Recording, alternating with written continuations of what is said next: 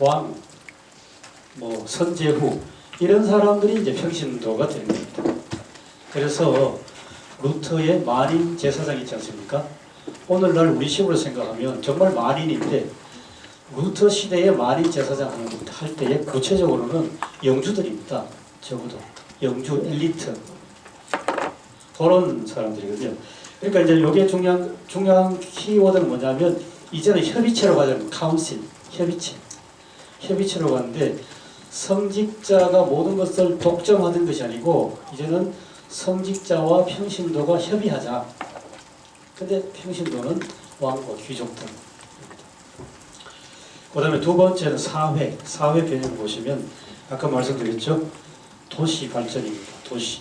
오늘날 우리가 독일이나 어디든지 가면 다 도시를 둘러보는데요.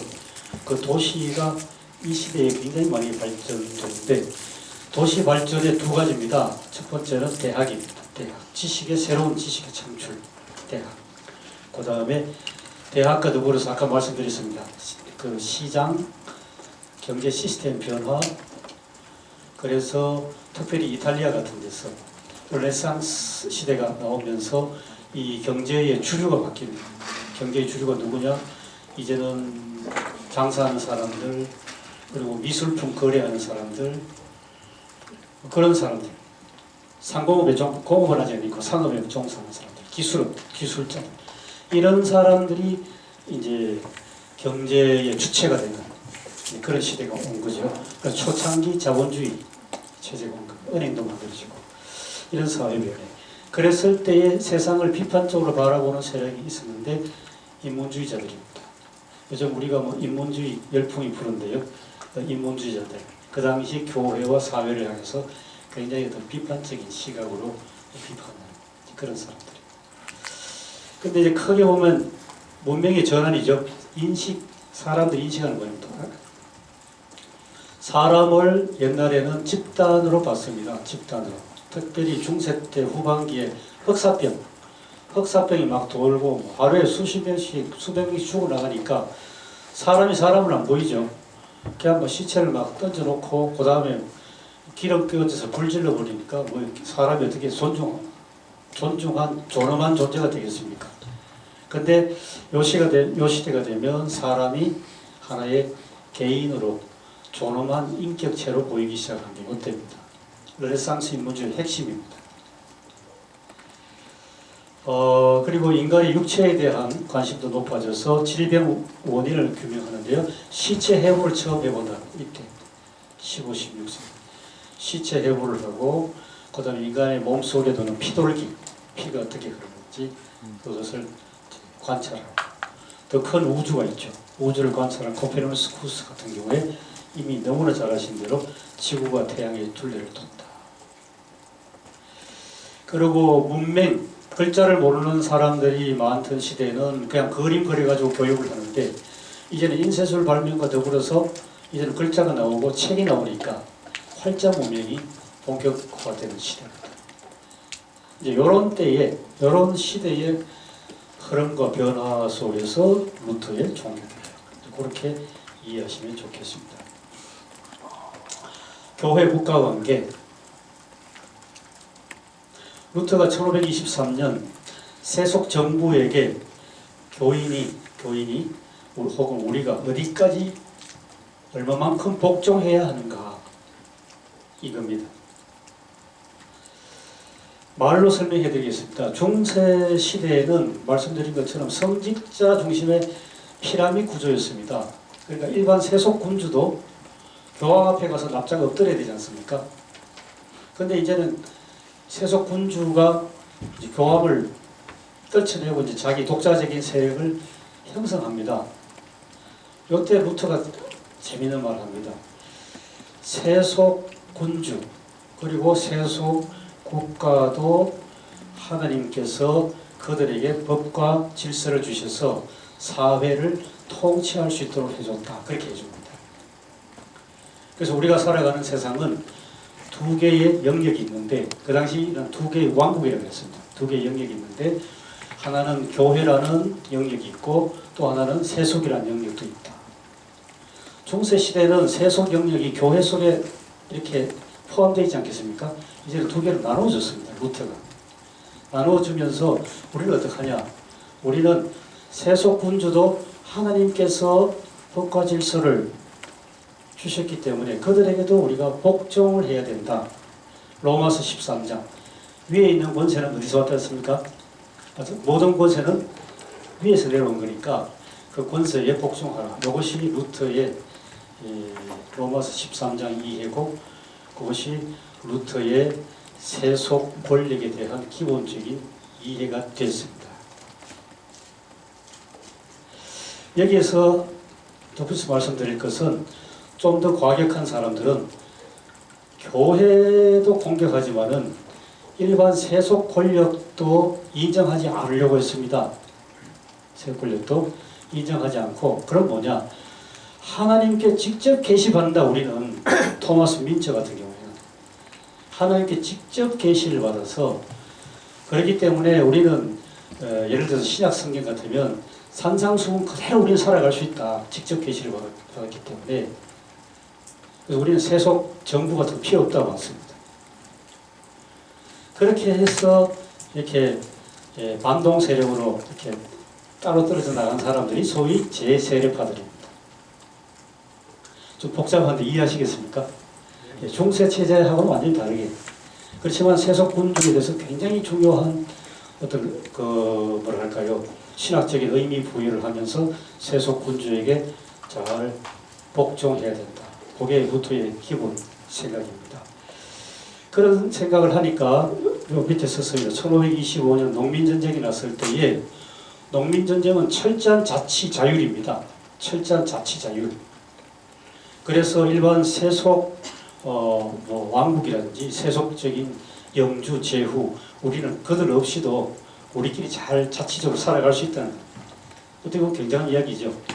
정치적으로 봐도 광장 정치입니다. 그들은 마을이 다 모여가지고 자기들끼리 의논해서 하겠다는 겁니다. 루터는 그건 아니라, 그건 아니고, 그렇게 무정부주의로 나가면 되지 않고, 세속 정부도 하나님께서 세우신 정부다. 루터의 생각은 그렇습니다.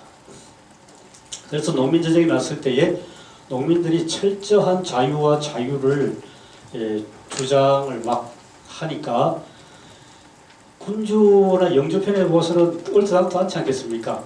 그렇죠? 한번 상상해 보십시오.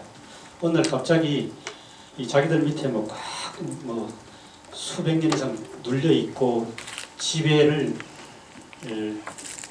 자기들이 지배하던 그 일개 하찮은 소위 민중들이 어느 날 갑자기 우리는 우리 식으로 하고 당신들 필요 없어. 그거는 용납 안 합니다. 그러니까 부딪힐 수밖에 없죠. 부딪히는 상황에서 루터가 어디로 갈 거냐? 참 애매모호하고 어려운 상황이 됐습니다. 루터는 보다가 최종적으로 영주 쪽으로 손을 듭니다. 손을 들고, 손을 들 뿐만 아니라 저 포항무도한 농민들은 다 무찔러야 한다. 그래가지고 모조리 다 평정이 된 거죠. 무력적으로. 그게 농민전쟁입니다. 1525년. 그래서 그렇게 한 이유가 어디 있을까? 여러 가지 해석이 참 많습니다만은 일단 시간 관계상 그거는 빼고요. 어쨌든 루터는 처음에 농민들에게까지 박수 받으면서 개혁을 추진해 나갔는데 1525년 농민전쟁에서는 농민들 쪽이냐 세속 군주 쪽이냐 양자 태기를 해야 할 수밖에 없었을 때 루터는 세속 군주 쪽으로 간 거죠. 그 한쪽을 잃어버렸습니다. 농민 쪽을 잃어버렸습니다. 자, 그런데 역사는 어디로 갑니까? 역시 역사는 힘을 가진 현실적인 권력이 끌고 갈 수밖에 없는 그 당시 그런 현실이었습니다. 그래가지고 루터가 이렇게 세속 권력과 그다음에 어떤 종교 영적인 영역으로 이렇게 두 개의 영역으로 나눠놓으려 했지만은 루터의 종교 개혁은 싫든 좋든 간에 세속 정치 세력의 다툼의 현장 속으로 들어갈 수밖에 없습니다. 그래가지고 제가 빨리 읽어보겠습니다. 1525년 7월 농민전쟁이 종결되니까 가톨릭 세력 지역 독일 북부 제후들이 농민 폭동의 근거가 누구에게 있냐? 또 오해를 받다고 봐야 되겠죠. 루터의 사상이 있다고 의심하고 루터를 지지하는 세력을 무력으로 무찌르려고 군사동맹을 체결합니다. 1525년 7월. 이에 맞서서 루터 지지 세력들이 나오죠. 아까 지도에 기억나시는지 모르겠는데 독일 중부 지역 헤센 지역하고 지금 독일 라이프치히 드레스덴이 있는 작센 지역 두 지역 영주들이 선두에 서고 중심이 돼가지고 자기들도 가톨릭 세력에 맞서가지고 1526년에 군사 동맹을 맺습니다. 이게 토르가우 분트라고 합니다. 자, 그러면 독일이 두 쪽이 나버렸습니다. 이제 루터를 지지하는 세력, 루터를 반대하고 루터를 누르려고 하는 세력. 이제는 이제 군사 동맹까지 맺었으니까 전쟁이 날 수 있는 그런 위기가 왔습니다.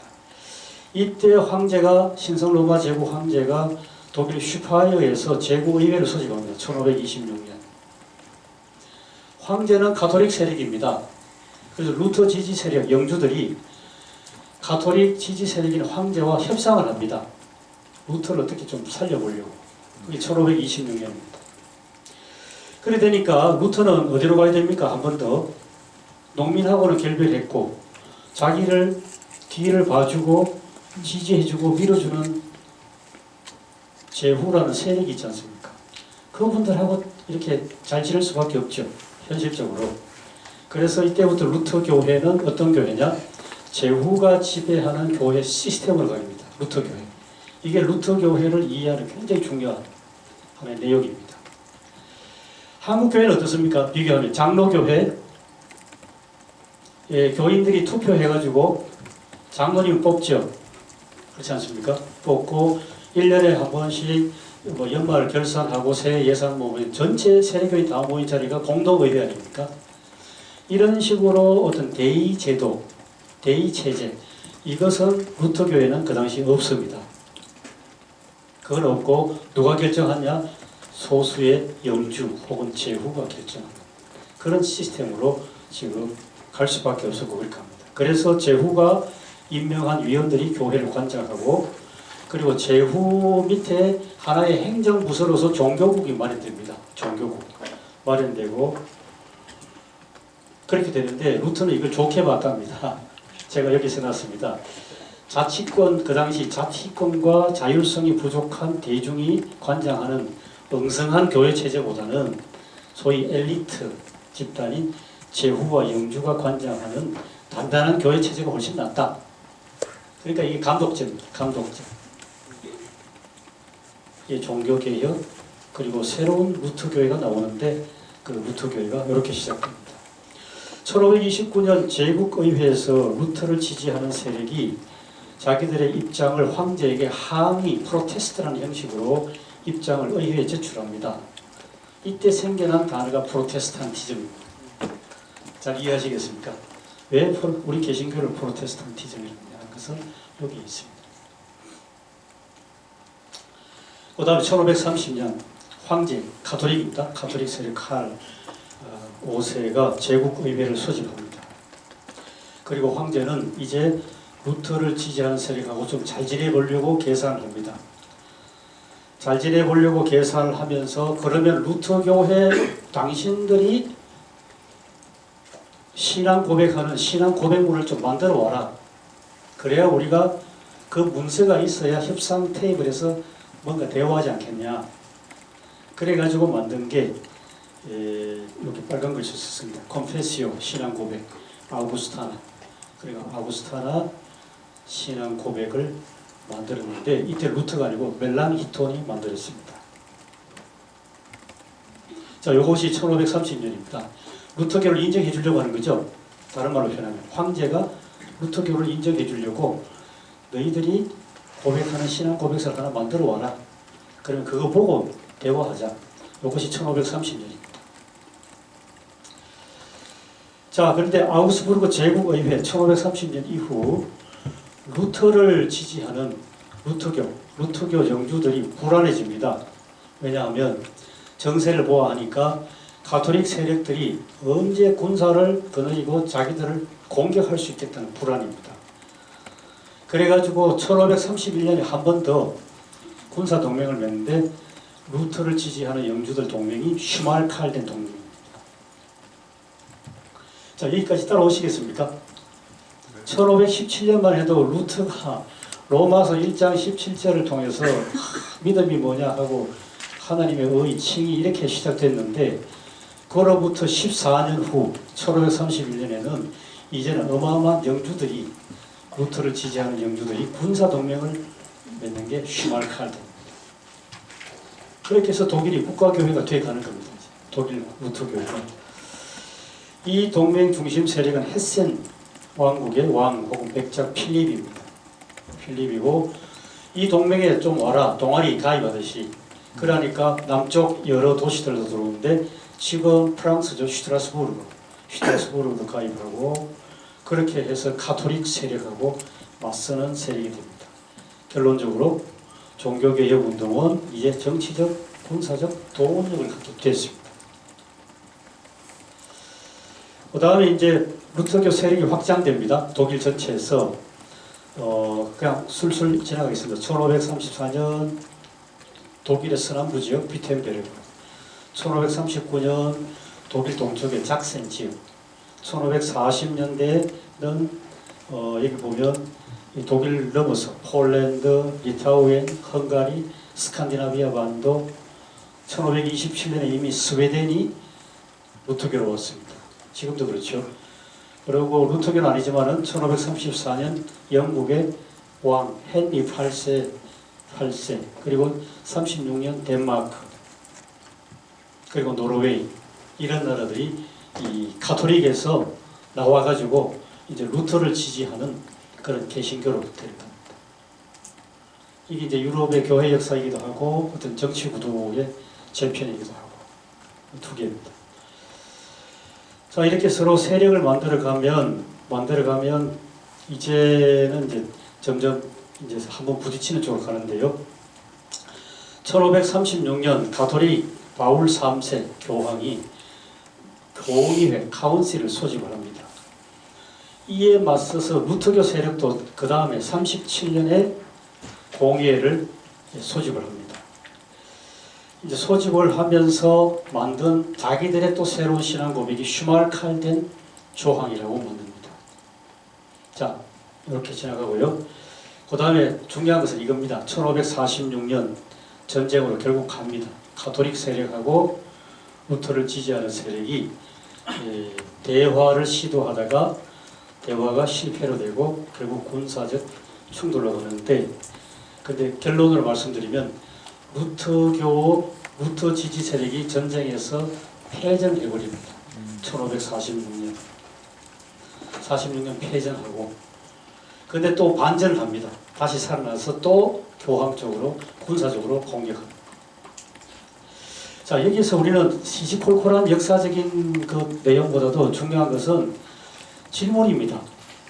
루터의 종교개혁이 결국은 하나의 세력을 형성하고, 형성된 세력이 결국 1546년에 가톨릭 세력하고 루터교 세력이 결국 전쟁까지 갔습니다. 이게 뭐냐 하는 그런 질문입니다.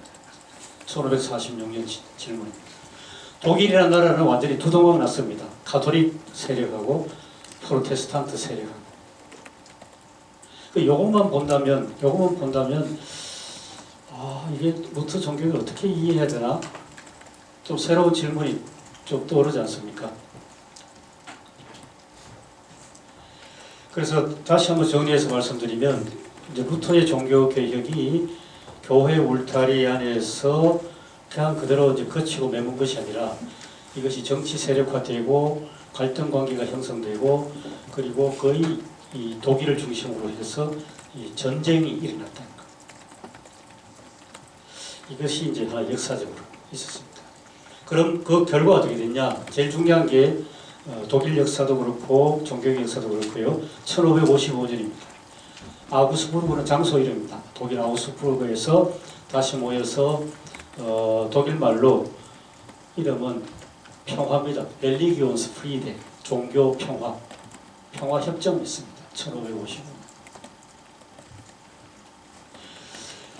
이 내용은 뭐냐 하면 지역에 따라서 루터를 지지하고 그 다음에 여전히 전통 가톨릭을 지지하고 이렇게 나라가 두 쪽이 나버렸으니까 이걸 어떻게 수습하겠냐. 수습하는 방법을 찾았습니다. 방법을 찾는데 결론이 낸 것이 뭐냐 하면 예를 들어서 아까 봤던 지도를 한번 돌아가 보겠습니다.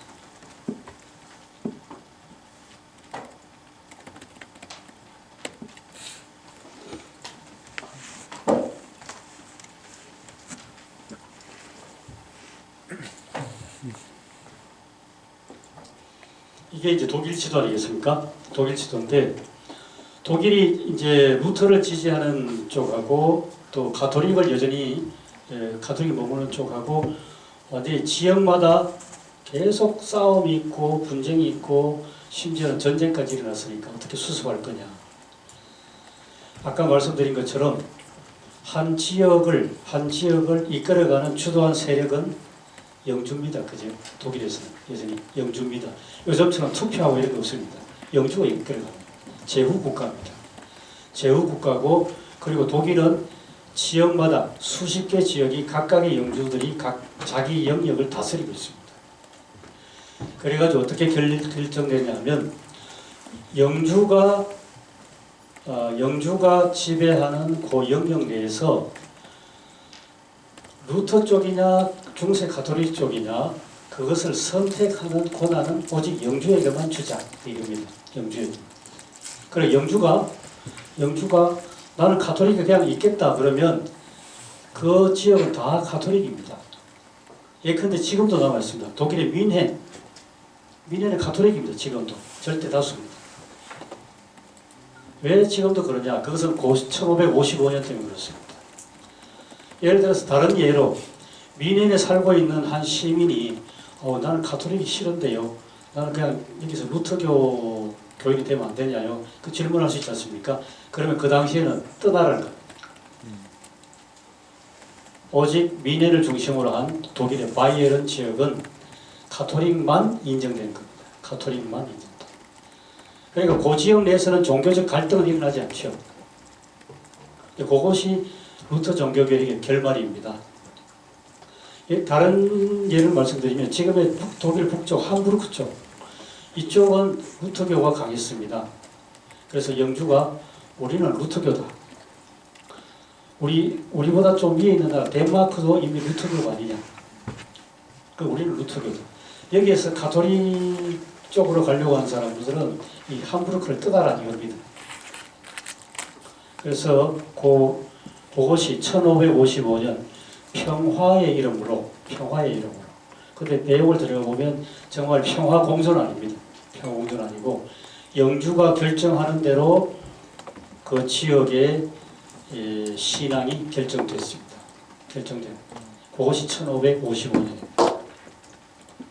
근데 이제 마무리를 하면서요. 이렇게 루터의 종교 개혁이 결국은 독일이라는 나라를 어떻게 보면 분열시켜 놨습니다. 분열시키고 그리고 동시에 분열시킨 만큼 더 많은 큰 세력을 얻었고 거기로부터 독일의 루터 교회가 출발이 됐습니다. 출발이 됐는데 문제는 또 있습니다. 역사적으로. 어떤 문제냐면 평화의 이름으로 협정은 맺었지만은 여전히 그 안에 갈등 요소들이 있는 겁니다. 그러니까 가톨릭이 프로테스탄트를 인정하지 않고 프로테스탄트 역시 가톨릭을 인정하지 않습니다. 그러니까 갈등이 내재되어 있죠. 이것이 약 60년 후에 폭발해버립니다. 1618년에 그것이 30년 전쟁의 시작입니다. 흔히들 종교전쟁 하지 않습니까? 이거는 종교만의 전쟁이 아니고 이 종교라는 이름으로 그 뒤에 정치 세력이 있는 거죠. 그렇게 해서 30년 전쟁은 체코, 프라하에서 시작이 되지 않습니까? 그렇게 해서 30년 동안 전쟁이 진행되면서 유럽, 특별히 독일이 완전히 초토화되는 그런 30년 역사 또 지나갑니다. 그것이 루터 종교개혁입니다. 좀 큰 역사인데 제가 후반부에는 이제 그렇게 좀 설명해드리고 이제 시간이 됐기 때문에 마치려고 하는데요. 아참 아까 제가 말씀드린 게 좀 이거 한국 교회가 어떻게 되는지 한번 생각해 보시는 토론 주제를 좀 드리겠습니다.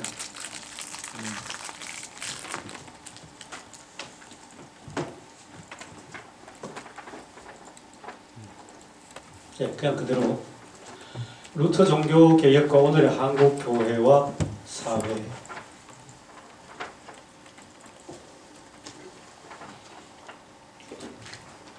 한번 제가 최대한 빨리 한번 보겠습니다.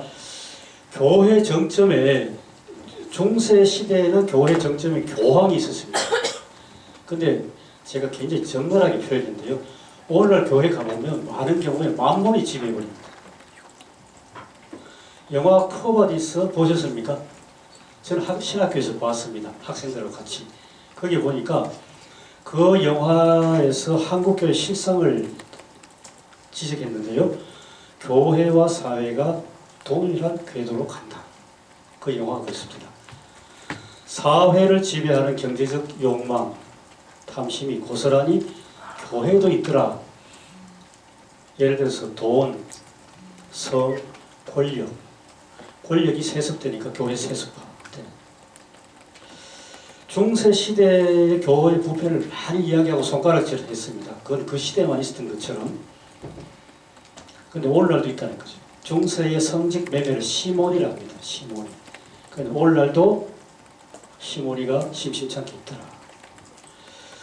예배당 건축을 위해서 아까 그 루터 보셨죠? 예배당 건축, 성 베드로 예배당 건축을 재건축 위해서 면제부 판매했는데 오늘날 교회도 그간에 교회 건축을 위해서 굉장히 많이 강조한.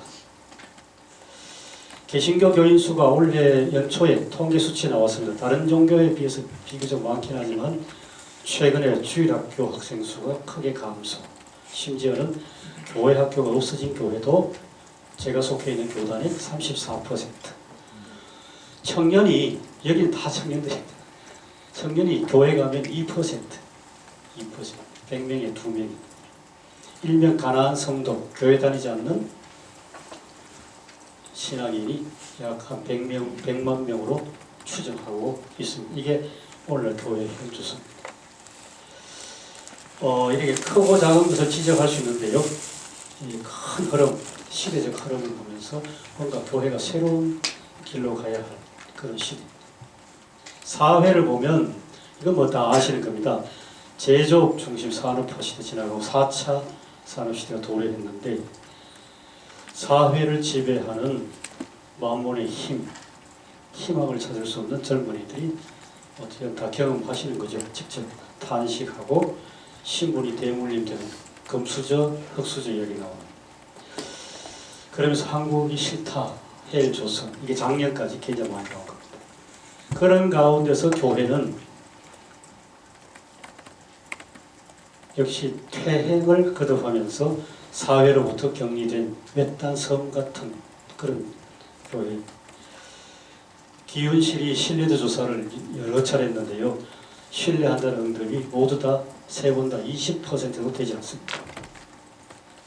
그런 교회 현실입니다.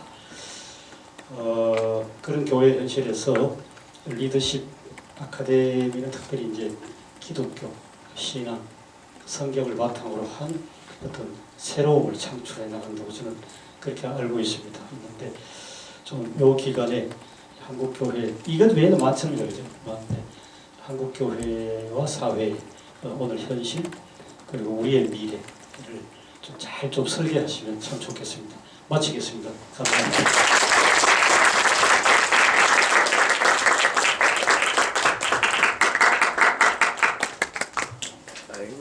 네, 우리 귀한 강의 진행해 주신 이미국 교수님께 다시 한번 큰 박수 보내주시면 감사합니다.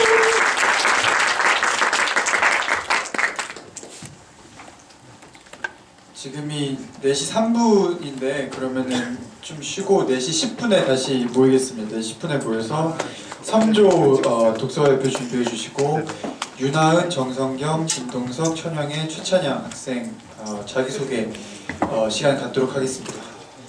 4시 10분에 보겠습니다.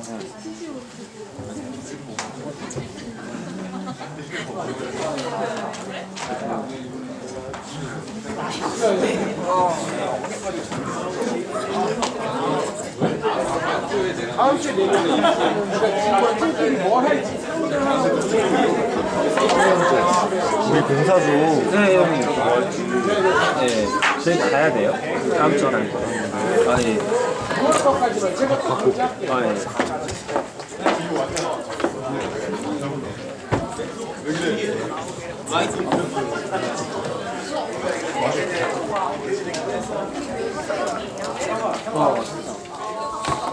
나영아 이거 책 너 주면 되지.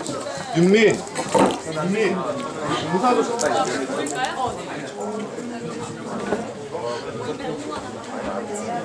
윤민이 어딨지?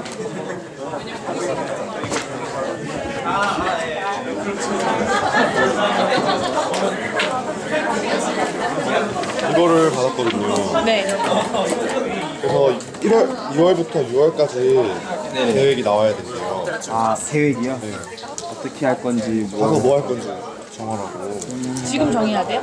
아니 다음 주까지만 내면 돼요. 이 모든 걸요? 아니 여기 6월 달까지만. 6월 때까지 이때는 확실하지 않아서 확실하지 않던데 바뀔 수도 있네. 뭐 뭔가 프로그램이 바뀌든지 뭐 조가 바뀌든지 뭐 아무튼 공사 팀장이 여기까지만 하라고. 네네네.